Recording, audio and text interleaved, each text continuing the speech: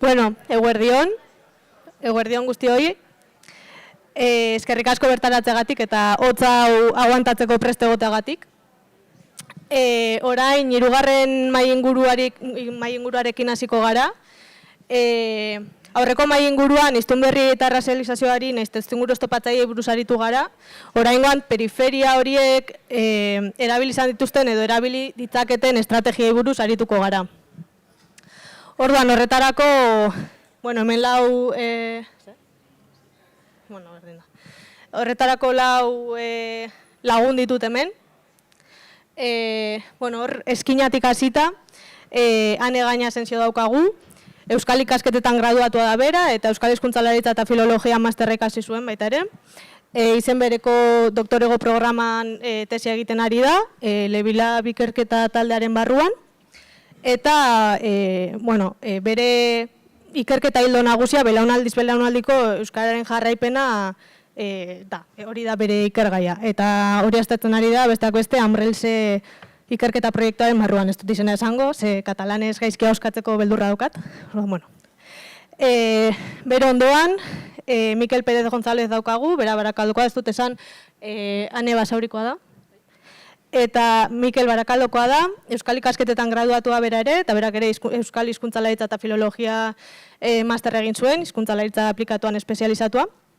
Hainbat sari eta beka irabazi ditu hizkuntzen arteko txandakatzea ikertuta, eta egun emun kooperatibako aholkularia da.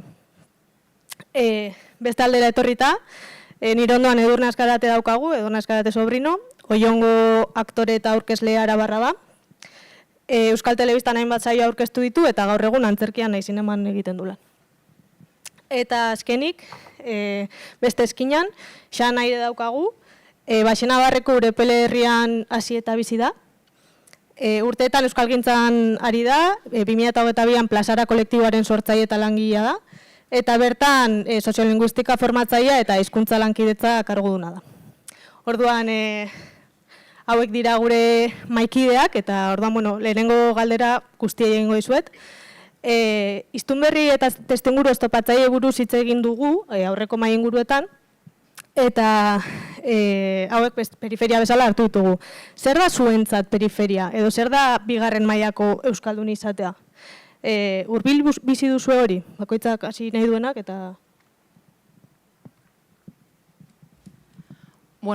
Esango nuke, periferia oroar definitu esakegula zentrotik kanpo geratzen den hori bezala ez da, modu orokor batean. Eta esango nuke alde batetik irizpidea geografikoa izan litekela ez da, baina uste dut irizpide simbolikoagoak ere erabil ditzakegula periferia hitz egiteko ez da, adibidez, boteretik, prestigiotik edo aitortzatik urrun egoteari izan daiteke periferia izatea ez da.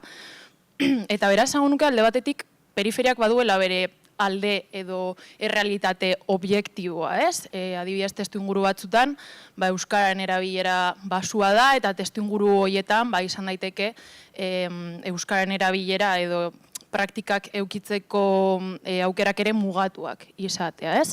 Baina, bestetik esango nuke, oso bizipen pertsonal, emozional eta afektiboa ere izan daitekela eta subjektiboa ere izan daitekela periferia, ez da?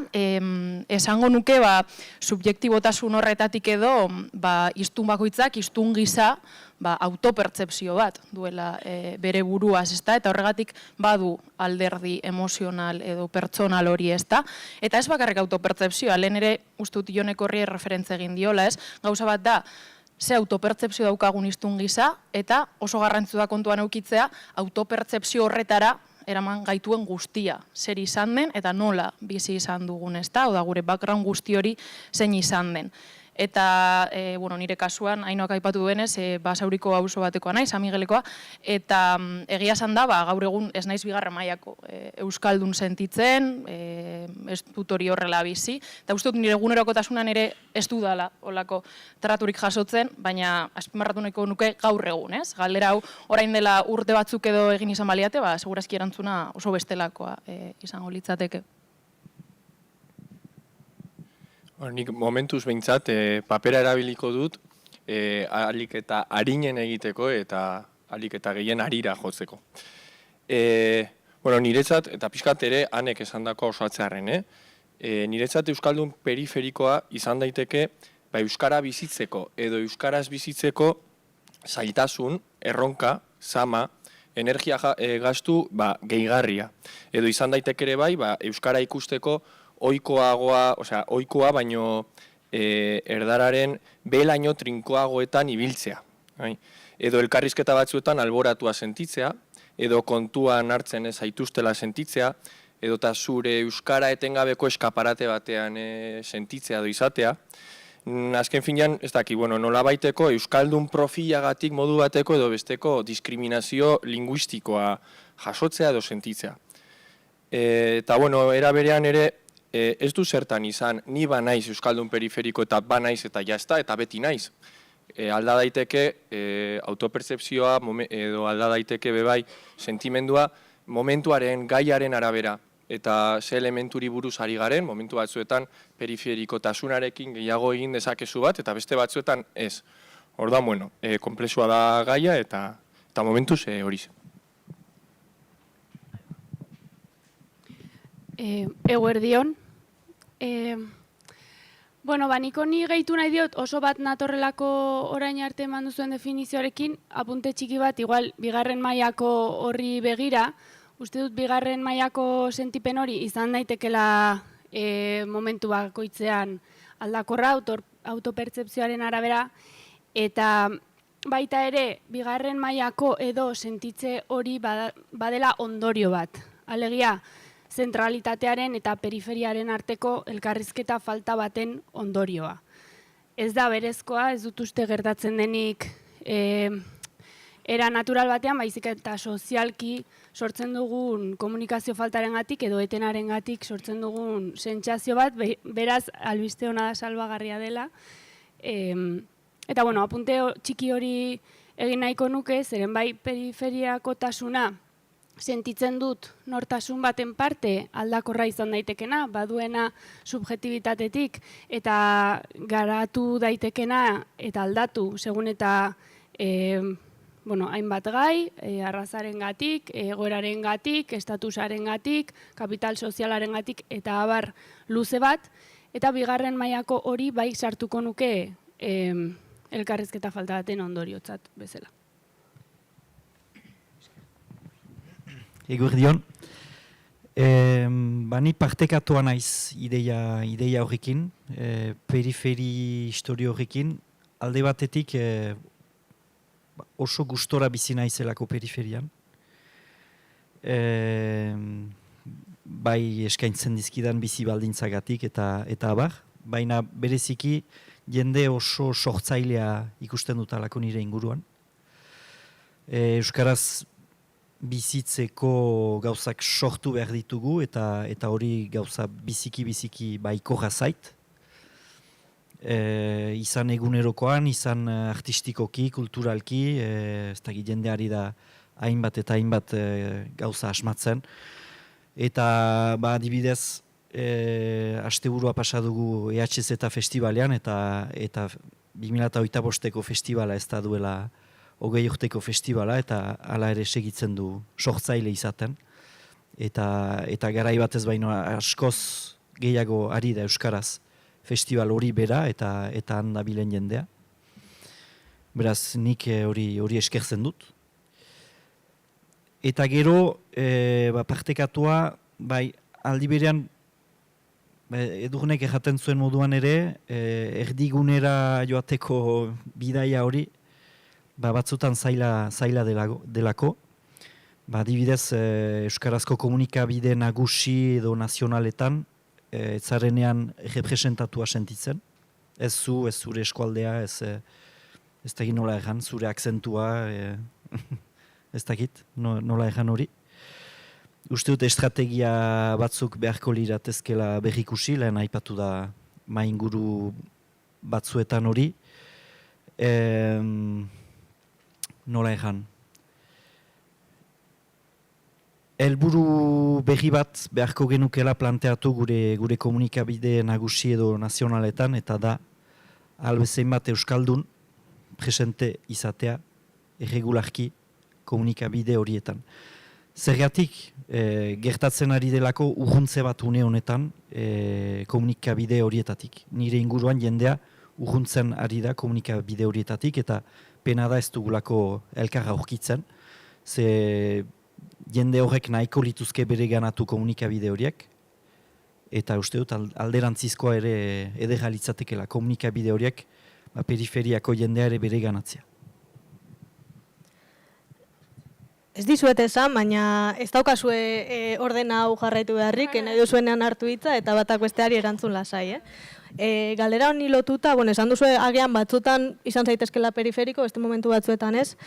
Badago momenturen bat, non inoiz baino periferikoago sentitu zareten, kontatu pixka bat honekiko bizitu zuen esperientzia, gola balin baukazue labur-labur, Bueno, ni hasiko naiz, gauza errazegi bat eta klasikoegi bat aipatu nahi dudalako, dela galdetzen dizutenean zergatik egiten duzun ondo euskeraz. Galdetu nahi dizuedalako ere bai, gainontzeko gertatzen zaizuen, zeren ez dakit iparraldean adibidez berdina gertatzen den, iparraldeko bati altzaio galdetu zergatik egiten duen ondo euskeraz, gertatzen zaizue, zuei, guri arabarroi bai. Galdera bat, osea... Ez zaigu eskatzen, ez. Hori ez, baina uste dut isilik egoten dela jendea. Edo ez gaituztelako ongi ulertzen. Edo erreak eta erreak eta ez dakit, ongi edo gaizki egiten ditugulako. Baina guri gehiago gertatzen zaigu kuota historio bat. Bai? Gonbidapen batzuk jasotzen ditugu lan espazio oso interesgarri batzuetara. Eta hor konturatzen zara, hor zaudela bakarrik kuota baten betetzeko. Iparaldetik norbait behar zen eta zuri tokatzen zaizu eta baina gero lan egiteko moduan eta nabaria da berehala nahi duten zerbait ikasi zure gandik edo hor zaren kuota baten betetzeko. Gerozta gutxiago gertatzen da, baina gertatu izan da askotan lehenako. Ni ere kuotaren arpidetu bat naiz, emakume euskaldun gazte arabar bezala, eta kuota ere baliatzen dut, hain zuzen ere euskaraz lan egiteko, nire helburu pertsonaletako bat baita.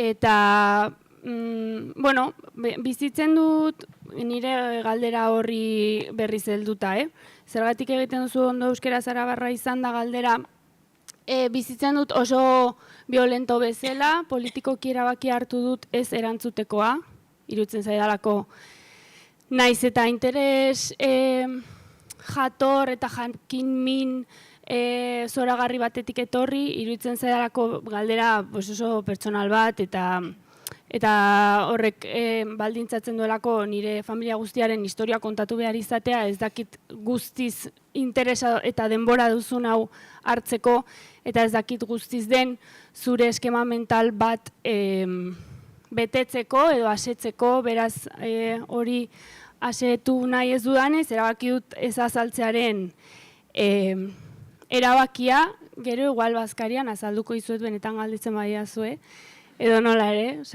irekitan nagoela baita ere.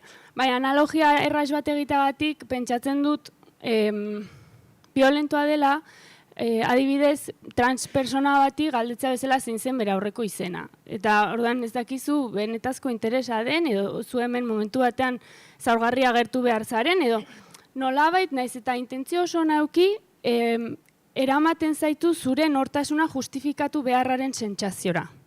Eta horrelako elkarrezketak suertatzen baldin badira, eta honi buruzari baldin bagara, ze ondo hitz egin dezagun gure transmisio bermatze, familia, historio guzti horiei buruz, baina agian, ez dakit, parranda batean goizeko ordu bat erditan, ez da momentua, ez da gertatuko, eta ez da behar galdetu zergatik egiten duzun ondo euskeraz. Balio dizu euskalduna izatearekin, bai, bikain, aurrera, ez?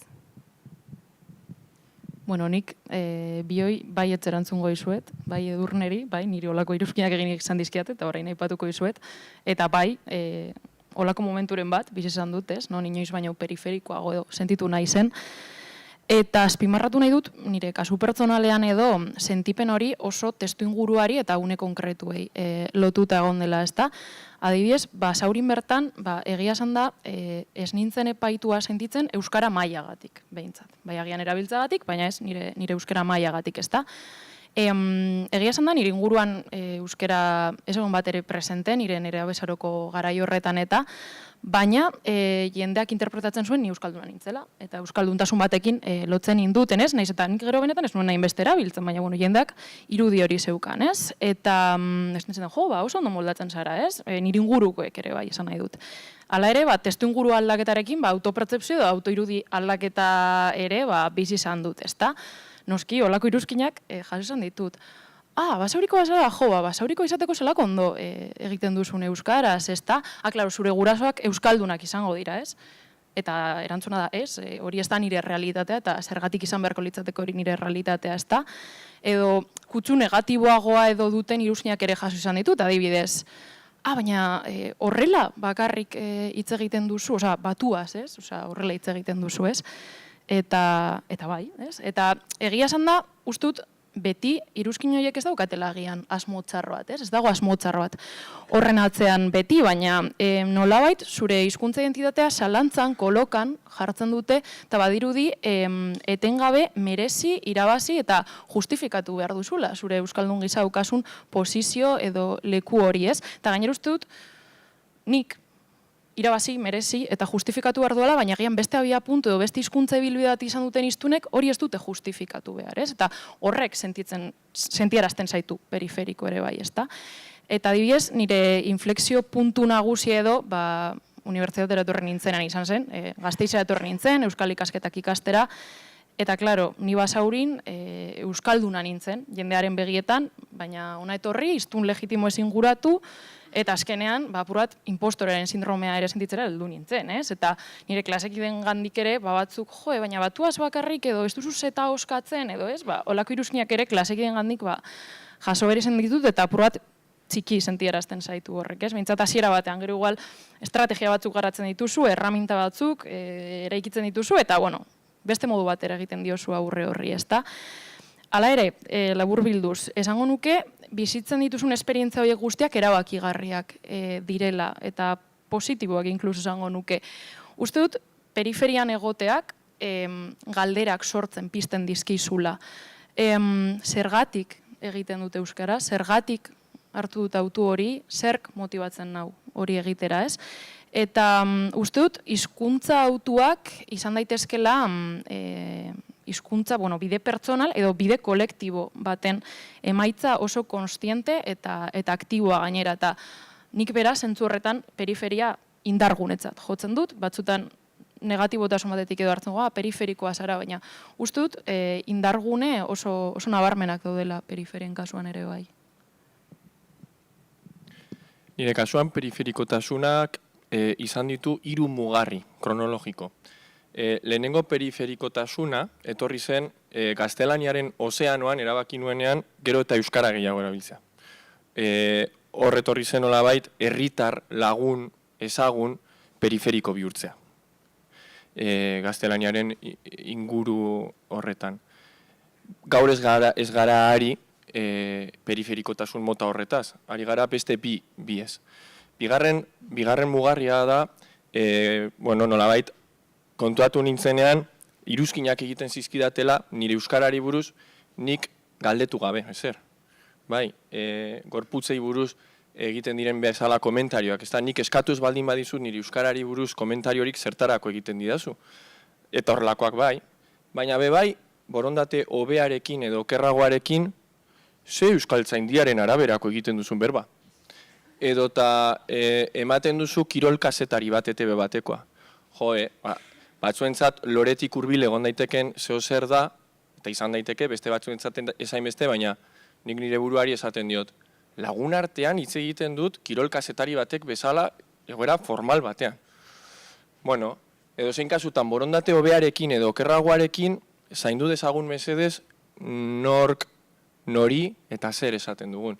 Lehen hitz egin da, erdaldunak egiteko makinariaz. Nik nahiko nuke azpimarratu batzuetan, makinaria horretan, izan dezakegula makinista kuadriako bat, izan dezakegula makinista bat inguruko bat, bai? Edo zein izan daiteke diskriminazio linguistiko horren erantzule egile. Bai? Bueno, eta orduan, balde horretatik, zertatzen da, ze ondo egiten duzun horretatik etorri zitzaizkidanean, eta orain dator hirugarren mugarrira. Ze ondo egiten duzun euskaraz barakaldokoa izateko, haneren kasuan, igual gurasoak, nire kasuan gurasoak, bueno, bietako bat, bai, eta ja badator, ja ulertzen du zergatik egiten duzun hain ondo. Odan hor frustrazio bat etorri zen, eta esan nuen hemen behar dut beste zeo zer, eta etorri zen hirugarren periferikotasun, eta izan zen, bihurtu nintzenean, hiztun periferikoen defendatzaile, proaktibo, militante, nireak ezuelako hainbeste balio. Ulertzen zutelako zergatik egiten nuen hain ondo, orduan joan behar zen ontasuna zalantzan jartzera, bueno, zer da ondo hitz egitea, zer da gaizki lagun hartan euskitzek edo horrelako kazetari batek bezala hitz egitea egoki da, lore bat bota diazu edo. Bueno, hortik bai, baina gero beste batzuetan esen nahikoa. Orduan, beste hiztun batzuk defendatzen hasi nintzen lagun artean.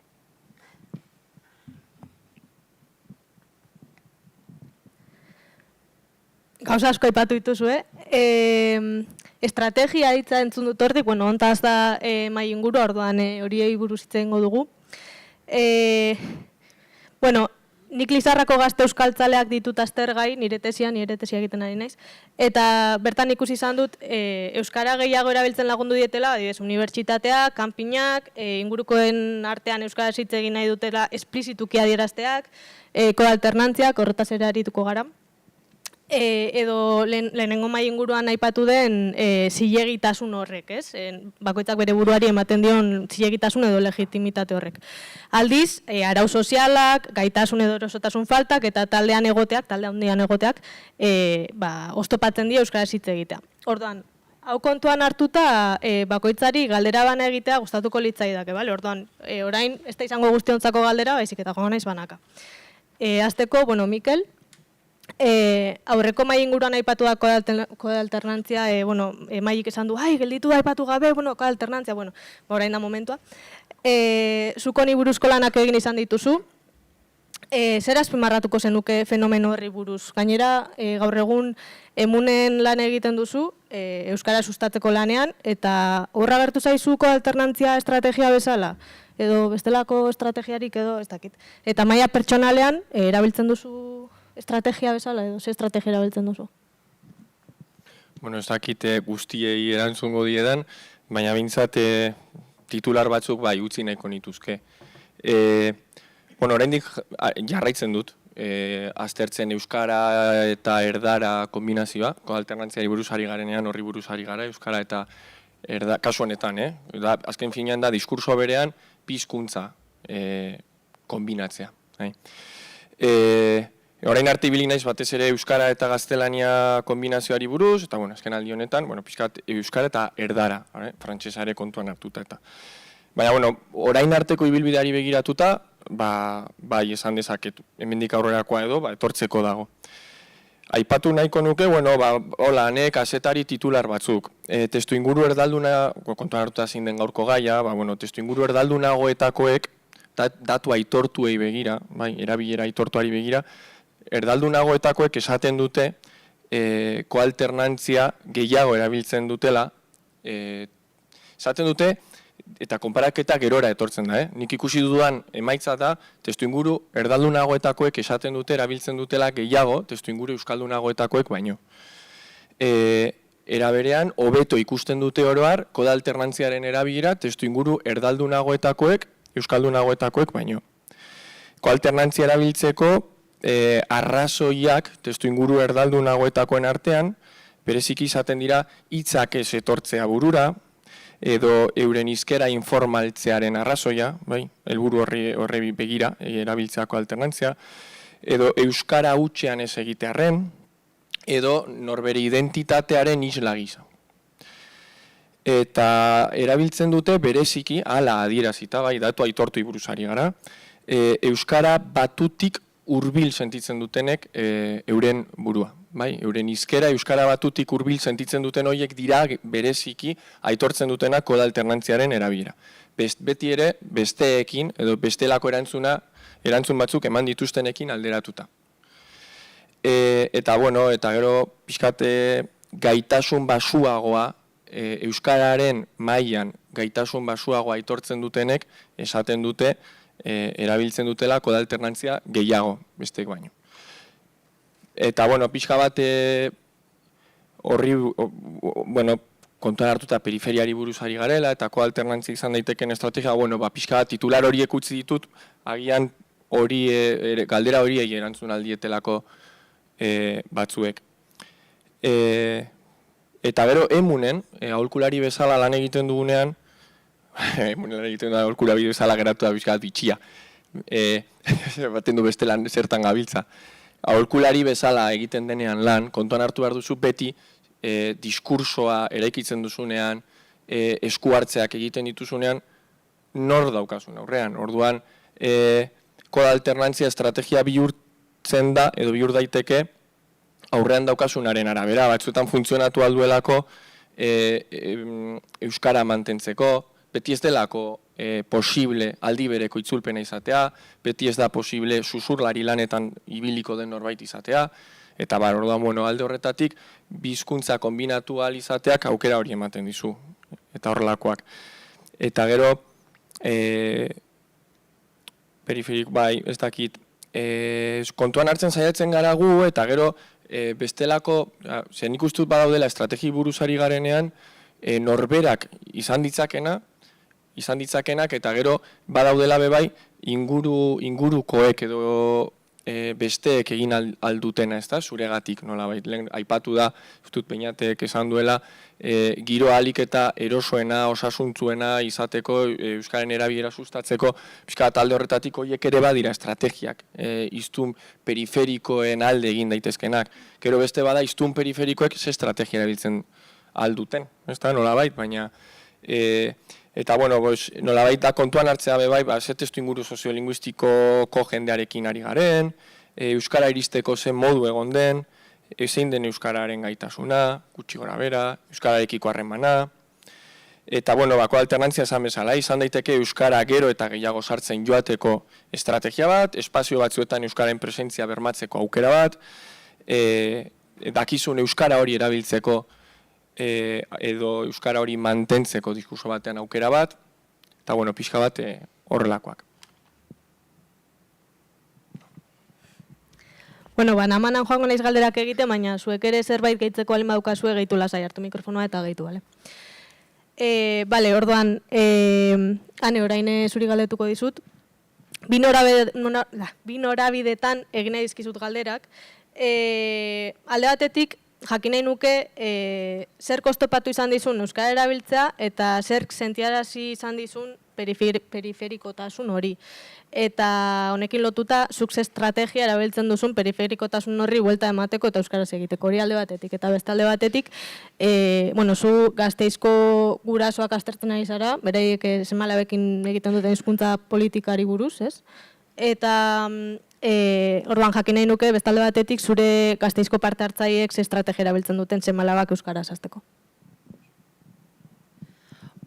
Nire kasua labur azalduko dut, hitz egin dudalako eta gerora ere hitz egingo dudalako, ez da.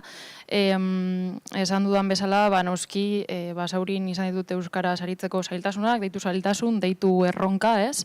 Noski, euki izan ditu dela eta estrategiak garatu izan ditut, baina egia esan da, nerabean nintzenen, esango nuke, batez ere, institutotik kanpo, ez? Nerabe zaroan, aktiboan nintzen, baina aktiboan nintzen espazio seguru edo, espazio eroso eta holako aipatu izan dira, baina, espazio seguru erabiliko dut, hor Katalunian, Maite Puigdebalek eta honen inguruan nahikotxo teorizatu dute, eta holako testu ingurutan bai ausartzen nintzen, ez? Ez dakitatera, adibidez, eskalada egiten nuen, jende horrekin bai, edo herriko jaietan, topatzen nituen aukerak, ez? Ziren aukera pasiboak, zen, venga, jende horrengan hurbilduko naiz, eta haiekin euskaraz arituko naiz. Olako aukerak bilatzen nituenez, eta gerora bai, bueno, beste alduntze mota bat egon da, eta ja hor ez bakarrik espazio seguruetan, baizik eta beste posizio bat hartu dut, eta beste erabaki batzuk hartu ditut, ez? Baina gaur batez ere, bueno, nahiko nuke zentratu nire tesiko familia parte hartzaile horietan, ez? Esan bezala, Gasteizko familietan, euskararen belaunaldiko jarraipen hori aztertzen dut, ez dira kasu guztietan bi gurasoak euskaldunak, irizpide izan da behintzat bat euskalduna izatea, eta beraz seme alaba horiek nolabait euskara jasotzea edo bueno, eredu hori ere zalantzan jarrita. Baina, bueno, aztertu ditudan familietan gurasoek euren seme alabak euskaraz hasteko, euskaraz sozializatzeko alegin kontziente eta sistematikoak baliatzen dituzte. Eta euskara sustatzeko bide horretan, etzea funtsesko gunetzat jotzen dute, ez? Interpretatzen dute, etzea dela hizkuntza ohitura koherenteak eta iraunkorrak finkatzeko gune bat, gune erabakigarri bat gainera. Hala ere, kontziente dira euskarazko sozializazio hori ez dela inondik inora, etzeko testu ingurura mugatzen, eta hortik kanpo ere jokatu egin behar dutela, ez? Eta, bueno, hortaz guztiz kontziente izan da, guraso hauek erabakitzen dute, hainbat eremutan, euren euskarri konpromiso hori zabaltzea eta beste espazio batzuetara edatzea, eta beraz, erabaki estrategiko batzuk hartzen dituzte hainbat eta hainbat eremutan, ez? Eta haiek guztiz kontziente dira ere, etzean eragiteko daukaten gaitasuna edo esku hartzeko daukaten gaitasuna eta hortik kanpo dutena oso bestelakoa dela, ez? Eta horregatik estrategia horiek garatzen dituzte etxetik kanpo ere. Eta gaur adibidez baitzen goizuet eskolaz kanpoko jardueren aukeraketaren inguruan, ez da? Guraso hauek noski, aitortzen dute, banakako elkarrezketak egiten dizkiet, eta aitortzen dute haiek irizpide modura noski euskara lehenetzi egiten dutela eskolaz kanpoko jardueren autu horren baitan, ez da? Baina ez hori bakarrik, ez? Aipatzen dute oso garrantzitsua dela eta baliotze egiten dutela eskolaz kanpoko jarduera horiek garatzen diren ingurune soziolinguistikoa. Zer esan nahi dut honekin? Aipatzen dute eskaintza bera hizkuntzatan den, hau da, euskaraz eskaintzen da, bai, hori garrantzitsua dela, baina horrez gain oso garrantzitsua dela dinamiketan, harremanetan, elkarreraginetan hizkuntzak nola kudeatzen diren, bai aurren artean eta bai aur eta begiraleen artean, ez? Eta beraz horri ere garrantzi handia ematen diote. Eta horren arabera noski, orduan, balorazio edo egiten duten balorazioa da, daudela jarduera batzuk, beste batzuk, baina baliagarriagoak eta eraginkorragoak direnak, ez? Eta zein da irizpidea ondorio horretara heltzeko, aipatzen dute, euskara modu aktiboan bizitzeko aukera ematen dutela. Ze gero hitz egingo dizuet, ze gertatzen den eskaintzaren eta gero praktikan gertatzen denaren artean ere bai, ezta? Guraso hauek nolabait begiraleengan kontekstu horretan, ze klaro etxean, haiek daukate ardura, haiek siniste dute haiek ardura dutela eta koherenteki esku hartzen dute. Baina etxetik kanpo nolabait begiraleengan depositatzen dute, haien euskarekiko konpromiso horren zati bat bada ere, ez? Eta orduan nolabait begiraleak bihurtzen dira, bilakatzen dira, haien euskararekiko konpromiso horren jarraipen edo lusapen bat, ez? Eta beraz, ez die balio, monitore honek euskaraz daki. Hori ez da nahikoa, bilatzen dute, begirale horiek euskararen aldeko jarrera esplizitu bat, konbikzioz egindako bat, eta gainera euskara konpromiso horrekin lerrokatua dagoena esplizitatzea. Hori da bilatzen dutena, ez monitoreak euskaraz jakitea, ez? Eta zer gertatzen da, askotan aipatzen didate, eskolaz kanpoko jarduera horretan izena eman dute, nire seme alabek, baina konturatu gara gaztelaniaz hitz egiten dutela. Eta ez aurren artean bakarrik, ikusi gu begiralea ere gaztelaniaz ari dela semeekin. Zer egingo dugu honen aurrean, guraso hauek oroar aitortzen dute, olako egoeren aurrean, administraziora jortzen dutela zuzenean, koherentzia eskatzeko eta kesa formalak bideratzeko, ezta? Eta hori da apur bat haien esku hartzea. Beraz, azpimarratu nahiko nuke, nire tesiaren kasuan ere bai, estrategiaz ari garenean, testuinguruen eta meintzat ez dela mugatzen eskolaz kanpoko jarduaren autura, ez da, euskaraz da, apuntatuko ditut, hori da nire estrategia, ez. Zago nuke, estrategia horiek nolabaiteko, ez da, geruza bat, makinaria bat dago horren atzean, ez da bakarrik aukeratu egiten dut, eskolaz kanpoko jarduera hori, baizik eta horren gainean nago, baloratu egiten dut, benetan eskaintzarekin betetzen dela ikusten dut, eta ez bada betetzen gainera berriro esku hartzen dut, ez? Eta apur bat, estrategia mailan ere gerusak daudela esango nuke. Eta gaur eskolaz kanpoko jarduerez aritu naiz, baina noski aisialdian eta esparru digitaletan ere, euskararen presentzia eta erabilera bermatzeko baliabideak eta estrategiak ere garatzen dituzte guraso hauek.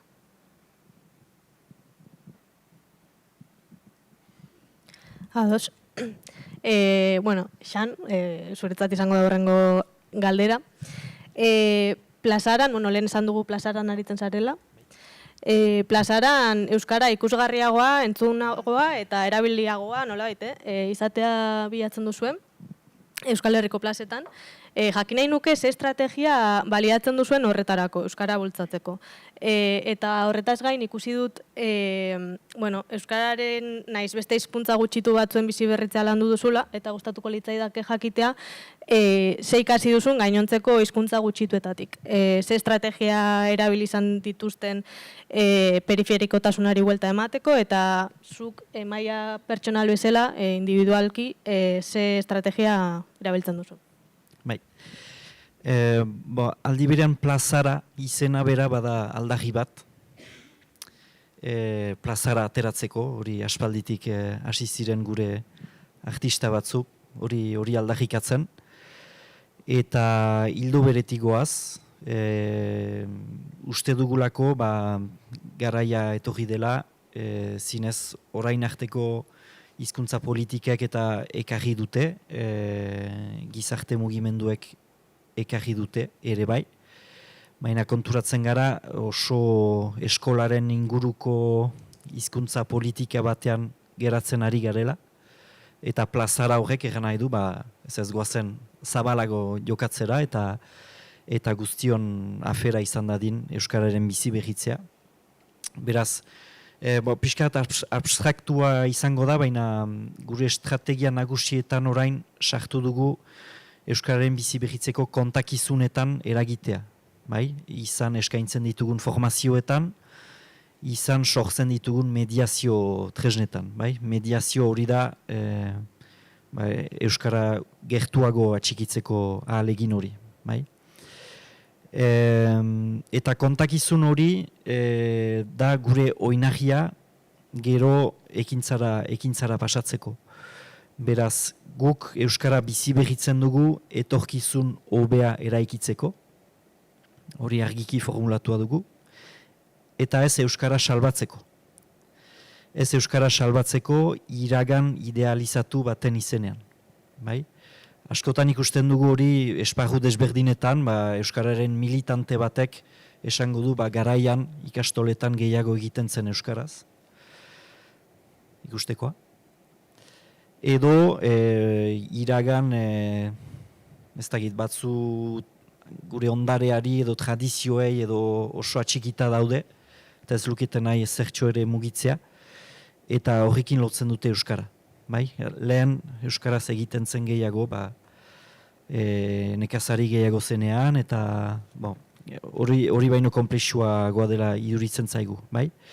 Beraz, publiko anitzekin ari gara lanean, izan elkarteetako militante batzuk, izan enpresaburu batzuk, izan instituzio publikoetako hautetsi edo agente funtzionario batzuekin. Batzuk dira euskaldunak, besteak ikasten ari dira, besteak erdaldunak dira, erdaldunetan badira hemen Euskal Herrian hazitakoak, beste batzuk etorri berriak Euskal Herrira bizitzera Frantziako beste eskualde batetik. Hori baita haien buruan, ez du nik esaten nola. Haiek datoz Frantziako eskualde batetik beste batetara Euskal Herrira bizitzera.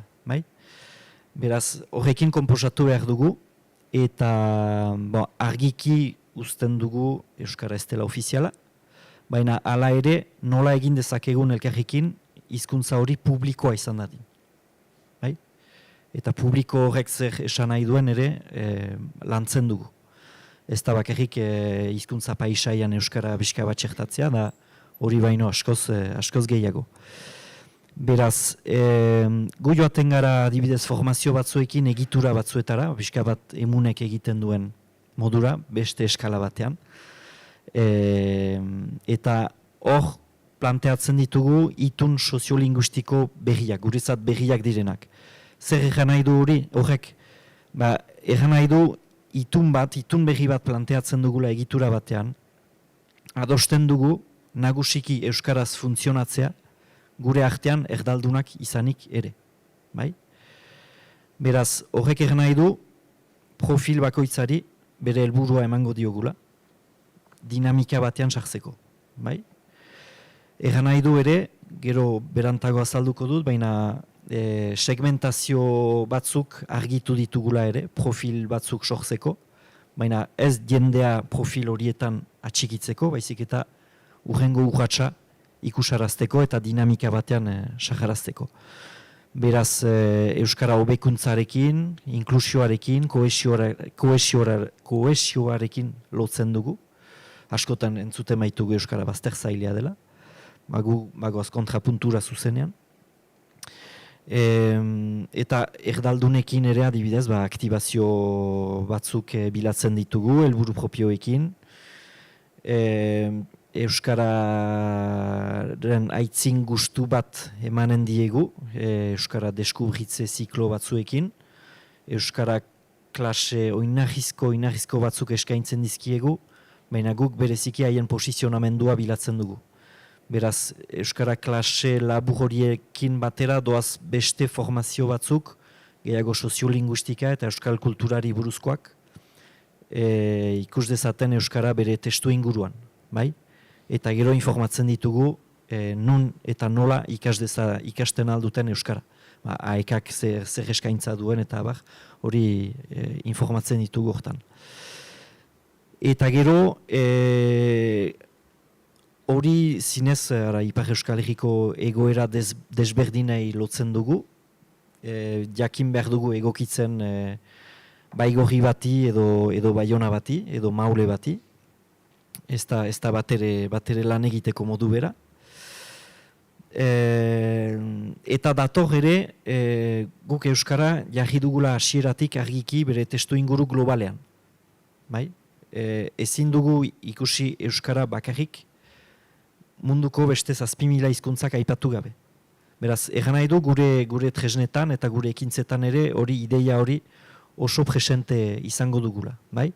Beraz, guk zuzenean baditugu gure ekintza propioak bereziki Garabide elkartearekin elkarlanean erematen ditugunak, baina mundu mailako ikuspegi hori erdaldunekin ere ari garenean lanean beti atxikitzen dugu. Guretzat erresago da, jendea sentsibilizatzea munduko hizkuntza aniztasuna aipatzen dugunean. Bai? Eta hortik, Garabiderekin egiten ditugun loturetatik eta nik gehien ikasi dudana eta bereziki hizkuntza komunitate indigenen partetik da mundu ikuskera oso bat atxikitzea. Esplikatzen dugunean guk badugula adibidez elkarte bat dantzarako, elkarte bat bertsorako, elkarte bat antzerkirako, elkarte bat kafe antzukirako, ez dute ulertzen. Gertatu izan zaite Ipar Afrikan nengoela, Amazir talde batekin. Galdegiten ziguten nola antolatzen ginen, eta esplikatzean ardatz bakoitzak bazuela bere elkartea, bere struktura, bere diru laguntzak bere. Haien galdera zen, nun geratzen da zuen mundu ikuskera. Hizkuntza komunitate gisa, nun geratzen da osotasun hori. Nola egiten duzue hori atxikitzeko. Eta nik uste dut hori dutala gehien ikasi haien partetik, ze han arrazoi prekario batzuengatik ere, baina elkarte batek ikuspegi osoa atxikitzen du. Eginen du inauterietako dantza eta ekarraraziko du izlari bat, konferentzia bat emateko. Elkarte bera izango da, bizi berritze prozesu batean, bera kokatuz bere osotasunean. Hori da oso interesgarria. eta guretzat oso indartsuago geratzen gara munduko hizkuntza komunitateekin elkartzean, eta guk hor, hemen Euskal Herrian egiten dugun bezala goazen itun soziolinguistiko berri batzuk planteratzera gure egituretan. Mundu mailan gurutzatzean, gerozta argiago geratzen zaigu behar dugula utopia berri bat sortu. Ez berdintasunak, ez askatasunak, ez digute eman tresnarik gure egoeraz ateratzeko, gure egoeratik ateratzeko. Partzialki bai, baina osoki ez. Beraz, hor ari gara ikusten, zeinetaraino posible dugun utopia berri bat sortzea, identitate kolektiboak eta hizkuntza aniztasunak kudeatzen ikasiko duen utopia bat, mundu mailakoa. Eta horrek bai baduela oiarzun baikorra beste hizkuntza komunitate guzion artean elkartzen girenean. Bueno, ari dira gauzatxoak ateratzen, orain Edurne zuri egingo dizut galdera. Bueno, duela pare bat urte alabedin, bigarren mailako euskaldun sentitu izan zarela, edo horrela tratatu izan zaituztela esan zenidan, baieztapen horrek oihartzuna izan zuen euskal Twitterrean. Eta, bueno, baieztapenaren gatik eta horren erantzunagatik sortu da pixka bat jardunaldi hau. Orduan, eskerrik asko hasteko. Baitzerdi. Eta, bueno, kontatu pixka bat zure bizipenak horrekiko. Eta euskaraz hitz egiteko erabili izan dituzun estrategiak nolakoak izan dira? Lagundu dizu aktore izateak euskara gehiago erabiltzen? Bueno, azkenengotik hasiko naiz anekdota txiki batekin antzerkiari buruzkoa. Nik kanpoan ikasi nuen, Espainian, eta asko admiro nuen irakasle bati aholkua eskatu nion, nire karrera nola abiatu edo, nik miresten nuen, ez dakit filosofaria zan, pentsatzen nuen iritzion bat emango zidala, eta bere iritzia izan zen, oso gazte eta guapa zarenez, juntzaitez Latinoamerikara, telenovelak egiten dituzun edo behintzat Madrilera. Eta, pertsona horrek bere botere eta errespetu guztia galdu zuen nigan. Eta orduan erabaki nuen Euskal Herrira itzultzea, hain zuzen ere iruditzen zaidalako eta nire asmoetako bat bazelako alde batetik euskal antzerkia ezagutzea eta antzerkia ikusteko bertan egon behar zara, hori dela oso garrantzitsua egunotan. Eta beste alde batetik antzerkia edo kultura egiten dudalako, hain zuzen ere, sistema nagusiari erronka botatzeko edo behintzat arrazoia ez emateko, ez? Eta beste espazio batzuk irekitzeko eta gizartearen zabalera islatzeko eta bar.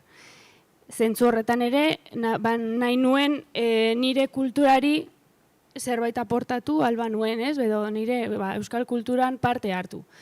Eta pixkat horri buelta emateko, esan beharra daukat, gertatu zitzaidana izan zela, hain zuzen ere euskaldun izateak ireki zizkidala ate pila bat. Nik antzerkian beti euskaraz egin izan dut lan, euskaraz jakiteagatik sartu nahi izan bat lanetara, segurazki arabarra izateagatik ere bai, baina bueno, eta horrekin esan nahi dudana da, nire kasua behintzat, igual ideia orokorra edo kanpotik datorkigun ideia kontrakoa den arren, euskarak ateak ireki dizkidala, ez? Eta orduan, aipatzea iruditzen zait garrantzitsua.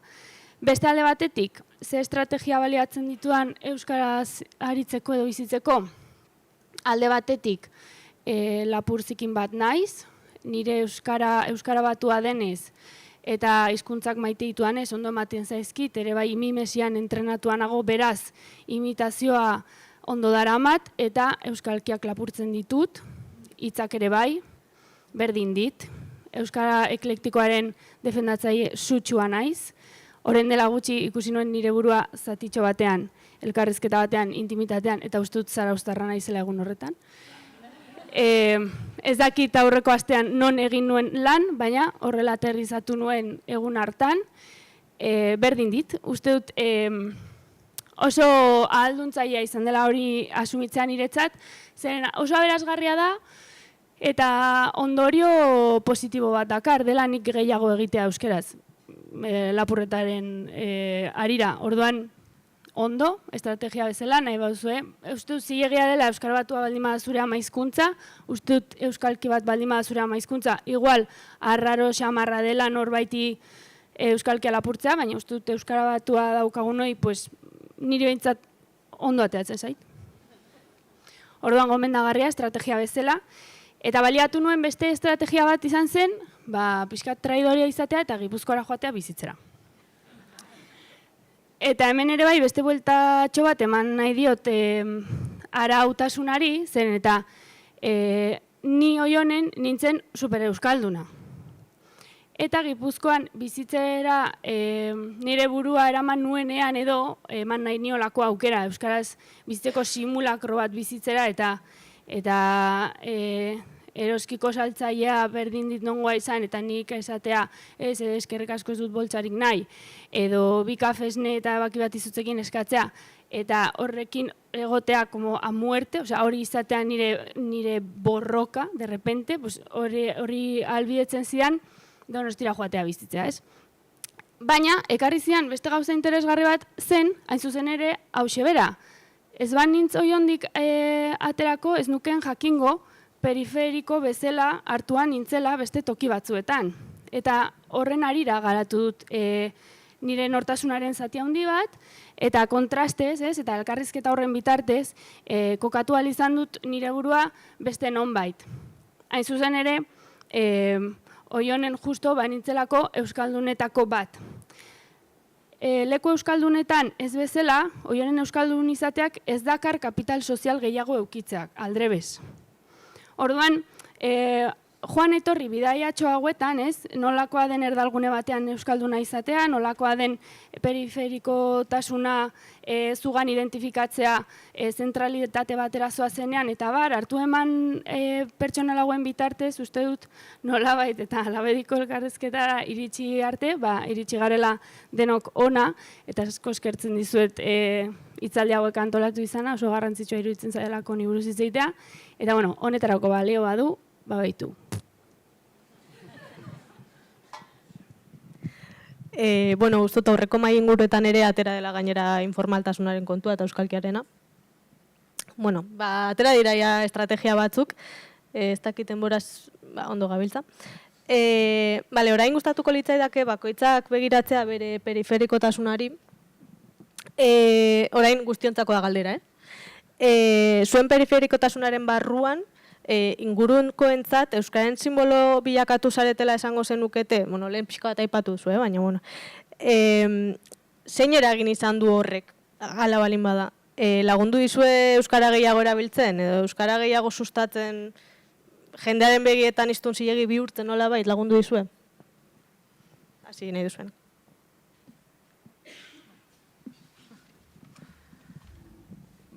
Nire kasuan esango nuke, nire bizitzaren momentuaren arabera edo aldatu egin dela euskararen simbolo izate hori do behintzat horren nolakotasuna, ez? Aipatu dizuet, ez? Baina adibidez, ez dakit, institutoan oso giro erdalduna zegoen oroar, nik nagusiki gaztelania hitz egiten nuen irakaslekin ez, baina, adinkidekin bai, eta egia esan da, bai neuskan pare bat lagun institutoan, eta haiekin institutoan eta kanpoan eta nik euskaraz hitz egiten nuen, ez? Eta uste dut horrek eta beste aurre iritzi sorta zerrenda luze batek ere, horrek guztiak, janskerak, nire zaletasunek, musika guztok eta bar, horrek sortu zuela, jendeak nire irudia lotzea euskalduntasunarekin. Eta lehen aipatu duan bezala, nik benetan euskara gutxi erabiltzen nuen erabezaroan, testunguru horretan, baina jendearen begietan euskalduna nintzen. Horrekin ez dut esan nahi hori positiboa zenik, aipatu duan bezala, epaitua ere sentitzen nintzen, baina institutuan adibidez, baina zergatik egiten duzu euskaraz lasai, irakaslea ez dabil entzuten, ez daude aurrean, egin gaztelaniaz lasai, hori ematen zuen behartuta edo egiten nuela. edo, baina benetan gustatzen zaizu, interesatzen zaizu hori rollo bat da, ez? Eta hori nira bezala jasotzea gogorra da, ez? Eta egoera horietan, apur bat, lekuz kanpo, ardi beltza edo sentitzen nintzen, baina aipatudan bezala ere, hortik kanpo, institutoko egoera horretatik kanpo, nik aktiboki eta apur bat eskutuan, nire bidetxoak egin nituen, eta aktiboki beste jarrera bat hartu nuen, ez? Aldaketa etorri zen, Euskal Ikasketetara etorri nintzen, ona gradua ikastera, eta hor, jendearekin, beste konplizitate bat, beste lotura bat, sentitu nuen, hor partaide sentitzen nintzen, eta ez agian lekuz kanpo ez, eta hori egia esan da aldaketa handia izan zen nire bizitzan, eta esango nuke nire esperientzia guzti horrek, edo nire background guzti horrek, eragina izan duela jendearen begietan. 15 urtekoan, eta Euskal Ikasketak, Euskaleko masterra, tesia, Euskaltegiko irakaslea, hori beste ane bat da jendearen begietan, ez da? Eta uste dut horrek inpaktu defektu bat izan duela jendearen begietan, eta orain, ez da git, grazia puntu bat ere egiten dit, lehen hainbeste kritikatzen induten hoiek, ez? Euskariko jarrera hori edo konpromiso hori neukalako, gaur egun haiekin metroan edo kalean topo egin, eta alegin egin duten irekin euskera hitz egiteko, ez? Eta bitzia egiten zait, ez? Baina hori aldatu egin da, ez? Eta orain nigana euskera zuzentzen dira, orduan, hori ere gaitzerdi. Hala ere, esango nuke, nire euskararekiko konpromiso edo jarrera hori, jende horrek interpretatzen zuela, zer iragankor modura, nire kapritxo fase bat edo zela, ez? Ez zutela serio hartzen, benetan, ez? Eta uste dut orain konturatu direla, agian ez dela nire bizitzako fase bat, eta nire bizitzako ardatzetako bat dela, autoideologiko bat da, nire eguneroko dinamika harremanetan eta lanbidean ere hartudan konpromiso bat dela, eta uste dut horrek zilegitasun bat ematen diala, bai simbolikoki, bai sozialki, ez? Eta orduan, uste dut, 15 urtekoan zer euskararen simbolo zen, agian bai, euskaldun gisa interpretatzen indutelako, baina 15 urteko, 25 urteko ez da gauza bera jendearen begietan, eta euskararen simbolo naiz, baina beste modu batera, edo ez? Hori esango nuke. Eta horrekin, apurat, maigaineratu da gai hori, baina esango nuke, euskararen simbolo izatea ere, gogorra dela, ez? Presio bat jartzen dizula gainean. Jendeak interpretatzen du ezin duela inongo testu ingurutan, eta inongo goeratan gaztelan ez hitz egin. Eta hori gertatzen zait, eta hori nire egunerokotasunean ez da ez errealitate bat, ez errealista. Nire familian hasteko gehienak erdalunak dira, orduan haiekin ezin dut euskera hitz egin, ez? Nire lagunekin ere, esango dut, aitortzen dut, ez naiz perfektu, eta nire hizkuntza ohiturak asko aldatu dira, baina ezin hondik inora egunean, eta nire txikitako lagun askorekin nik gaztelaniaz hitz egiten dut. Eta zergatik pasatu behar dut lotxa horregatik, ez? Irudi testuinguru batzutan jende aski batu behar dudala, ni gaztelaniaz ez entzuteko, ez? Epaituko nautelako. Orduan, eredu izan behar naizela dirudi, baina testuinguru guztietan, ez? Eta ustut hori onartzea ere garrantzitsua dela, hau da, nire abiapuntua eta testuinguru oztopatzaile batean, horrek ez du esan nahi egunean aldaketa bat egin behar duela eta perfektua izan behar naizenik eta eredu izan behar naizenik etengabez, nik oso identifikatuta daukat non izan behar duan, zeinekin izan naiteken eta zeinekin egin dezakean alegina, baina horrek ez du esan nahi, erlajatzen naizen momentu baten, ez du da nik ingo nire kuadriago batekin gaztelaniaz. Ez uste dut, horre indarrak nurtu behar ditugula eta epaiketa pertsonaloiek ere kontuz eta tentuz erabili behar ditugula. Agian ikaskide izan ginen, eta ez dakigu. Bai, aipatu dituzu gauza batzuk, aipatzea pentsatzen nuena, eta bai, gauza batzuk. Eta bukaeratik hasiko naiz, eredu izatearena interesgarria da, duela gutxi eginda daukat horrelako hausnarketa bat, Euskaraldiaren arira, eta bai, egia da, simbolo bihurtzen zaren momentutik aurrera ere badagoela gero sama bihurtze bat, edo arrisku bat, eta espero da zure gandik, zupe bai zure buruaren gandik, eta ez da erreza batzutan hori eramatea. Eta gustatu zaite horri buruz egin duzun hausnarketa. Eta gero nire kasuan simboloi bai izan naiz, nolabait banaiz, eta simbolo izate hori pixkanaka elikatzen joan den ibilbide bat izan da. Dena hasi zen LH garaian, hor etxetik euskaldun edo etxetik elebidun ginen batzuk gure artean euskara egiten genuen, eta bueno, hasiera batean animalia gurea zen labezomorroa. Bai, gero pixkanaka joan ginen kaleko arratoi izatera, gero uso, eta orain azalduko du zergatik. Hasieran labezomorro ematen du nazka ematen genuela, edo, bueno, ez dakit, jendearen begietara labezomorroak ez dira izaten oso gustokoak. Eta orduan, ez egiten duzu eskolatik kanpo euskaraz egiten. Hori oso violentoa zen, LH-tik ebintzanean edo kaletik edo, claro, entzutea hori oso gogorra. Baina, bueno, guk egiten genuen euskaraz, nahi genuen gure hartan euskaraz egin, bilatzen genuen aliaturen bat, eta, bueno, aliatuak bilatzea izan daiteke bai, lehengo galderara bueltatuta, beste estrategia bat izan dezakeguna periferikoagook edo nolabait, ezta, momentu batzuetan.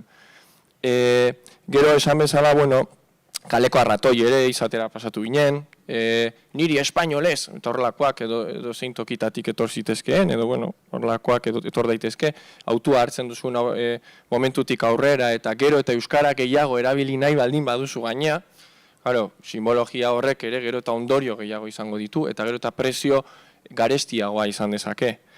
Eta gero, bueno, sagutxo ere izan gara edo izan naiz batzuetan, eske Mikelekin euskara, baino ez aitateatzen. Hor bai, horrelakoetan, bueno, ja ez labezomorro, ja ez kaleko arratoi, bueno, da, zerbait alaiagoa, zerbait divertigarriagoa, ja da, hilzorian dagoen animali bati begiratzea bezalako zer zoologiko batean, eta, ara, hiltzera doana, baina, zerai politagoa. Baina, bueno, ala ere, arraro sentitzen jarraitzen duzu. Eta oraindik ibilbidea, Euskaraldia hasi baino lehen, Euskaraldia hasita genuen askok, gu ez gara bakarrak izan Barakaldon, askok eginda izango zenuten bebai lehenagotik, eta, bueno, Euskaraldi prozesuak hori dakar, elikatzen zoaz simbologia, baina zeharo elikatu duzun arte, edo nahiko elikatuta duzun arte, gero beste sama batzuk etortzen dira, beste borroka batzuk, bueno, bidea, presio batzuk ordaintzen dira, eta hala ere polita da. Polita da emaitza, polita da ibilbidea ikusten duzu nola, gero eta euskara gehiago egiten duzun, ikusten duzu, gero eta elkarrizketa gehiago dauzkazu euskaraz, baina ere bada nahiko alaitasun personala oso individualista, oso, bueno, nik egin dut, nik gero eta euskara gehiago egiten dut.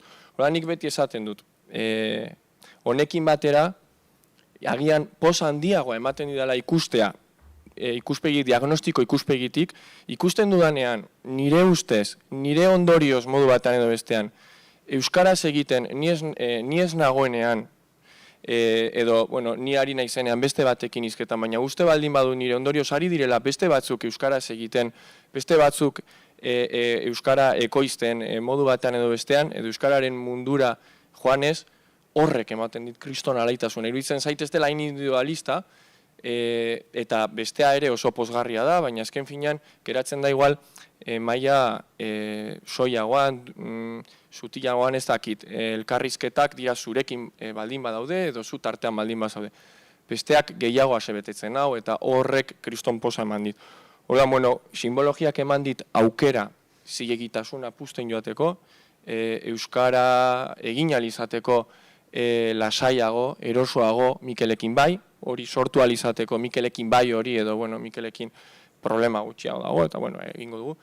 Alde batetik hori, eta gero izateko bebai eragile. Eta orduan, bi alde horietatik lagundu dit niri euskararen simbolo bihurtzearena.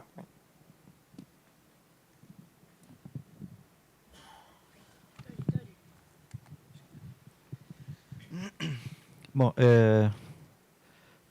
ez naiz bat ere simbolo edo horrako gauza bat sentitzen, arrazoi simple batengatik nire inguruan izan etxekoek edo lagun batzuek edo urepeldar errikide batzuek nire ofizioa ez dutelako ulertzen.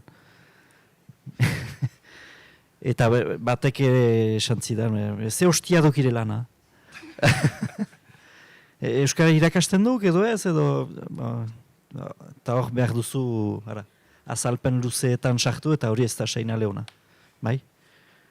Medikoa da, laboraria da, eta hori denok badakigu ben.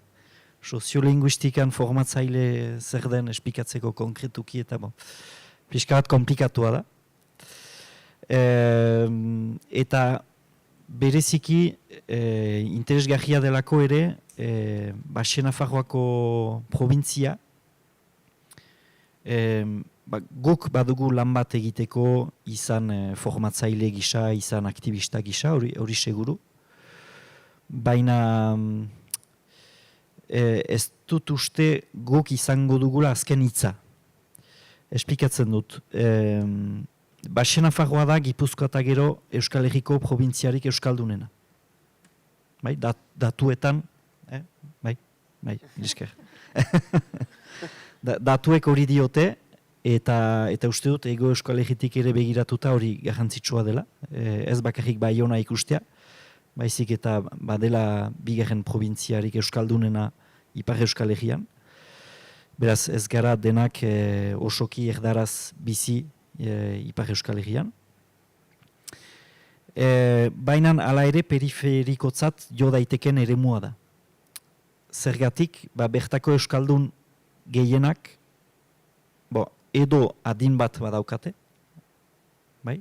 Hirurogeita 10 urtez gorakoak dira euskaraz egunerokoan hitz egiteko gai direnak, hori asko. Baina gazteagoak ere ez daude bizi berritze prozesu batean. Euskara badute hor eskupean eta hola, ateratzen dute behar denean eta hola, baina ez dira bizi berritze prozesu batean. Eta batzuk badaude bizi berritzearen aurka ere, euskaldunak izanik ere. Ez dute ulertzen zergatik gaur egun euskarak behar duen presente izan eskolaan edo hori adin bateko pertsona batzuek ez dute hori argi ikusten, euskara etxean bai, baina bestetan ez. Eta horrek egan nahi du ere, Baxe Nafarroan norma soziala dela euskara pixka batekin bizitzea. Bai? Eta norma horretatik ateratzea oso zaila da. Bai? Egan nahi du frantsesez bizi garela, euskaraz jakinik ere, euskara pixka bat badugula. Beraz bizi gara euskaldun pasiboz eta konplexatu ez inguratuta, eta horrek ez du laguntzen armairutik ateratzen. Nik baitu nire trukoak egunerokoan euskaraz gehiago egiteko pertsona batzuekin, konturatu naizelako gaiaren arabera batzuk egisago egiten dutela euskaraz, frantsesez baino. Adibidez, laborariek, laborantzaz, oso egiski hitz egiten dute euskaraz, edo eiztariek eizaz, hasten dira usoak eta etortzen dira. Eta olako trukoak baditugu, bai, euskaraz aritzeko. Baina euskaraz egitea zilegi egingo duten personak haiek dira. Pasibo eta konplexatu haiek dira. Haiek dutelako norma atxikitzen. Eta guk aktibatzaile gisa, izan profesionalki ala modu militanteagoan, hori ulertaraztea lortzen balin badugu, uste dut urrats garrantzitsua egingo dugula euskararen etorkizunari begira. Bai? Haiek dutela giltza eta ez hainbeste guk edo ez hainbeste kanpotik etorritako erdaldun eta holako saltsetan sartzeak. Haiek dira nagusi Baxe Nafarroko probintzian, kopuruz ere bai. Beraz, badute zerbait ekartzekoa. Gauzatxo bat gehitzearen, nire periferiaren bozera mai edo bilakatu naizenetik, eta noski periferia ez da bakarrik geografikoa, galdetu izan diot nire buruari, zertan naizen baliagarria Euskal Herriarentzat. Eta argiki atera duan ondoriotako bat da, periferiako bozeramai edo garenok mantentzen dugula Euskal Herria zabal. Mugak babesten ditugula. Osea, nolabait esateko, periferietako gorputz bisibleak garenok bermatzen dugu zentroko batek imaginatzen duen Euskal Herri zabal hori existitzea. Hain zuzen ere, edo Roberto bat egotea, edo Eiara, edo Olaia Inziarte, edo Maian Etxeberri Koftegian, edo, Maio Ienart, Oiana Bartra, hor periferian gauden, edo ni neu, periferiatzakotzat edo hartuak garen aurpegi bisible eta gorputz bisible horiek egiten dutena da Euskal Herriko muga guztia perimetratu eta baliatu zentrotik ikusten den Euskal Herri zabal hori berez existitu alizatea. Orduan pixka bat jartzagatik tokatu zaigun gure lana, porque ez dugu ez dara lanbide bezala erabaki izatea ikono edo, eta tokatu zaigun leku honi ere bai, zerbait positiboa gehitzearren edo, iruditzen zait, baliagarriak garela zentzu horretan. Bueno, eta ja bukatzeko, ja denbora gutxi daukagu, aurreko mahai ingurutan esan dute, azken hitza, gustatuko litzaidake zuen azken hitza izatea, estrategiaren bat, edo zerbait gelditu zaizuena, beste batzuekin partekatzeko, edo, eta, hori. Aia martxa hartuta, guazo azkaltzera ekipo, guazen. Xanek oso hasieran esan duen zerbait hartuta, komunikabideetan lurraldetasunaren presentzia nahiko nuke azpimarratu, ez gara askotan errepresentatuak sentitzen, kuotaren oso aldekoa naiz ni, uste dut oso garrantzitsua dela existitzea eta albisteak asmatzea edo gauza batzuk albiste direla sinistea. Agian nire eskualdean ez dira milioikako aurrekontuak negoziatuko.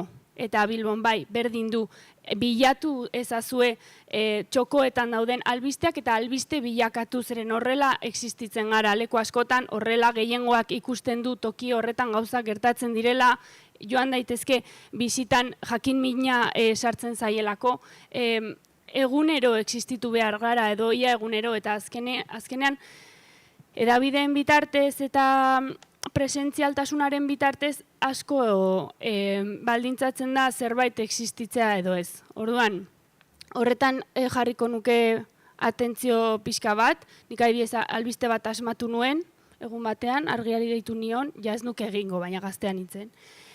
Eta esan nion ez ditxuri, nire Arabar Errioxako kuadrillako bertso eskola sailkatu da Arabako finalera eta hori albiste bat da. Eta idatziko dut, eta esan zian idatzi.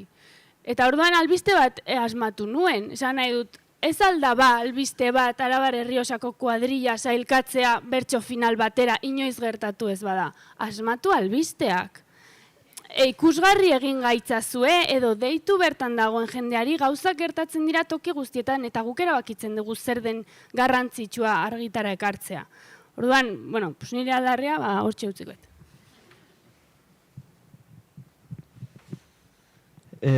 Labur egiteko, lehen aipatu dut segmentazio histori hori, publikoak hobeki, jomugan ditugun jendeak hobeki berritugula profilatu, eta uste dut hori zinez lagungarri dela.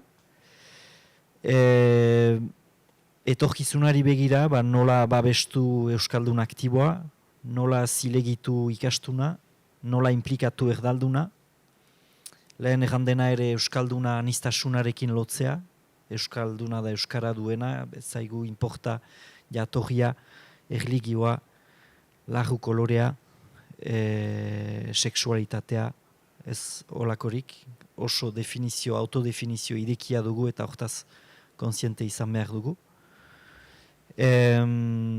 Eta araberan, baditugu ere komunikazio estrategiak berriz pentsatzeko. Askotan jotzen dugu gauza bat komunikatzerakoan, idatziko dugu testu oso bat euskaraz edo erdaraz eta literalki itzuliko dugu.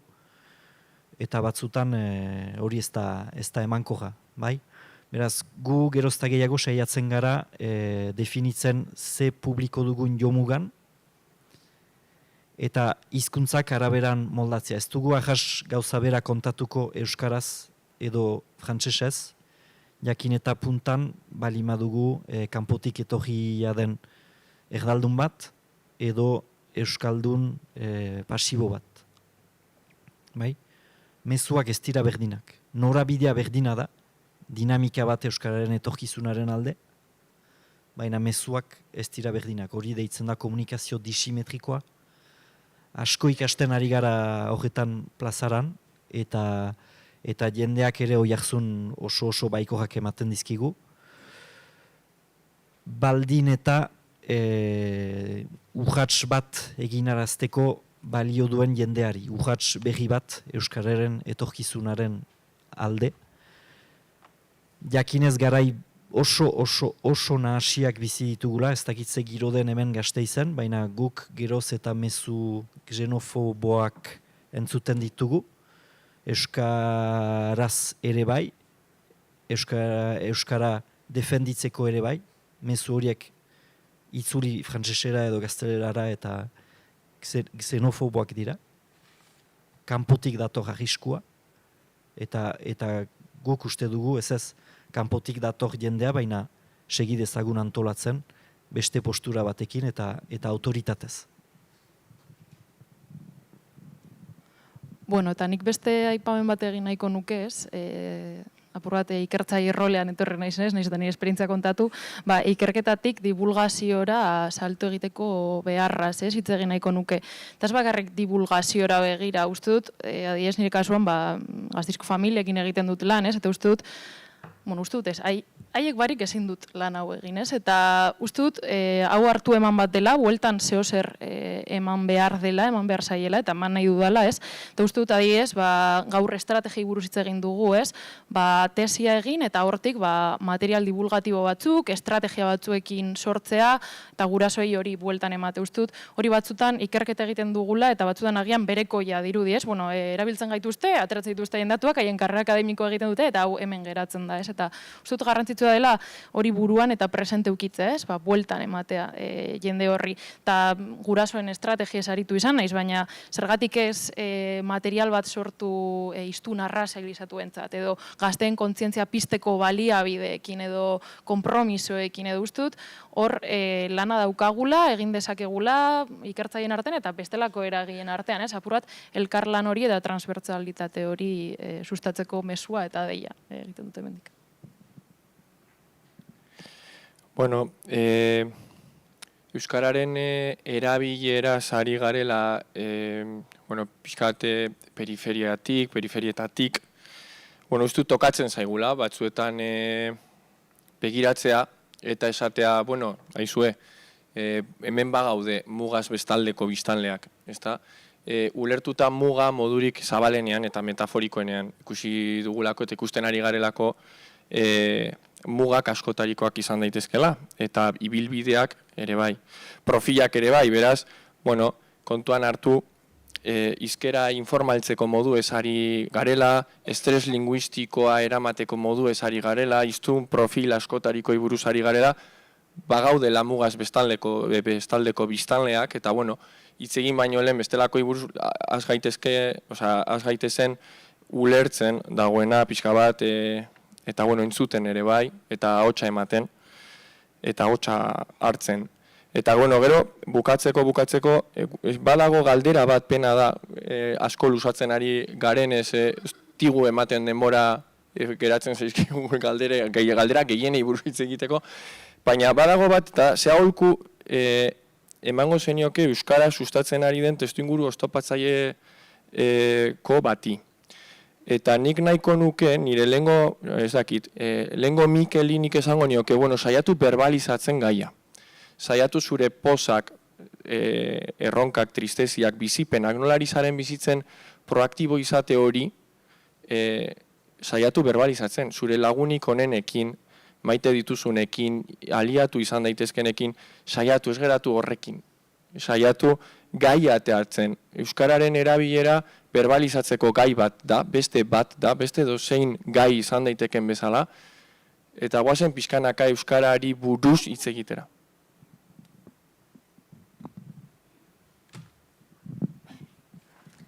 Honekin bukatuko dugu maingur, eskerrik asko Lauroi. Eta orain tarte bat izango dugu galderetarako eta hausnarketa kolektiborako, orduan